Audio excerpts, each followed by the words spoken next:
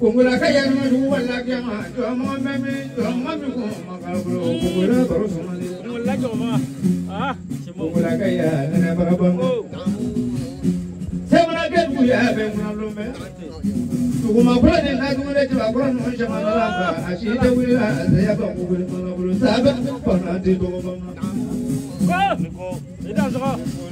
ko ya mo zonde sura ko ya aji kameme Llega con la misma que con la barrosa. Samana que no to kolongoila. Satu mana que no que to koshie kono satu mana que no que to koshie kono ai bagori. Sawala kai ya no manjunde be de ya bari na pamanje se no de seru trokose. Ida zo. Ka pamanje mo de mo de sokoro abla e ka bai de kono sokoro baroro no buya. Okana hodi na kone madazu watane duru kabla kane sono sababirin kale bawre mo kala kale tesiga bakato mo parangire badi ko bada do abu bawre yayen mo kelo abo sokoro abule fane dola mama rubalo ni shuguli kibla do sokoro akidenye kerenganye Ifurumuso de wolo de besi le biki rogo ya kibe na mo kuma bobe kibe na mo bobe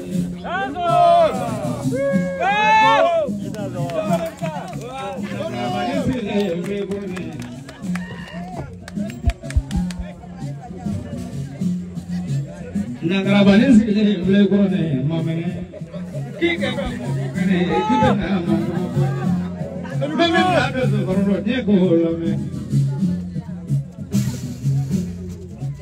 Imana ke layu talane kone kana layu jangwanya na kana layu tale mone bo kono e to mone na kono bo sense layu ko to mone ka sabu ke layu tale mete kela nazo no no se ko afashi mo ina ba ko nyana afa mare makeshi mo nyana balu balu nyana iye mo famene ngono bo seru ma ko Iya marupa kupunya berkata Ika kakla menge kufanan meleda kubate kena kasiane nggak kadi nih karena lahir jamponya na turune pada sungalu bodi heba paya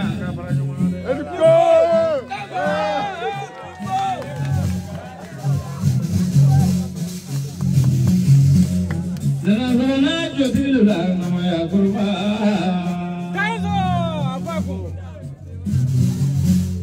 Nena tarana kuma bola ya no ya kurba ay salam berna hebe mejugo mo ro jugo hebe mejugo daga dana jugo kurana jugo janza jule ro kweshi jugo mane ma hebe jugo la dago awale mo be na wo kwe Dawala wali ko mama, dawala sanu ko mama, dawala wali ko mama. Fakoli wale ko la, abelo ko shide mama suya lo.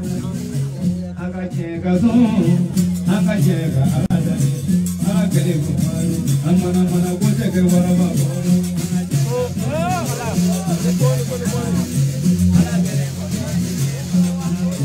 Hey, kaya jega sura, balon kaya jega alamade. Ya galu le mana mana kote ke to garina babri na moya de ma ko babri ni anga jega anga jega aramada de jaga baju amana mana kote ke la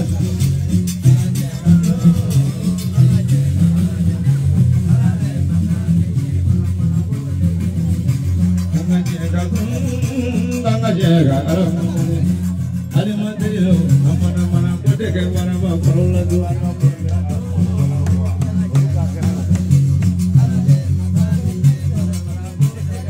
Pagwale kanya jenga subi, anga jega alamada de.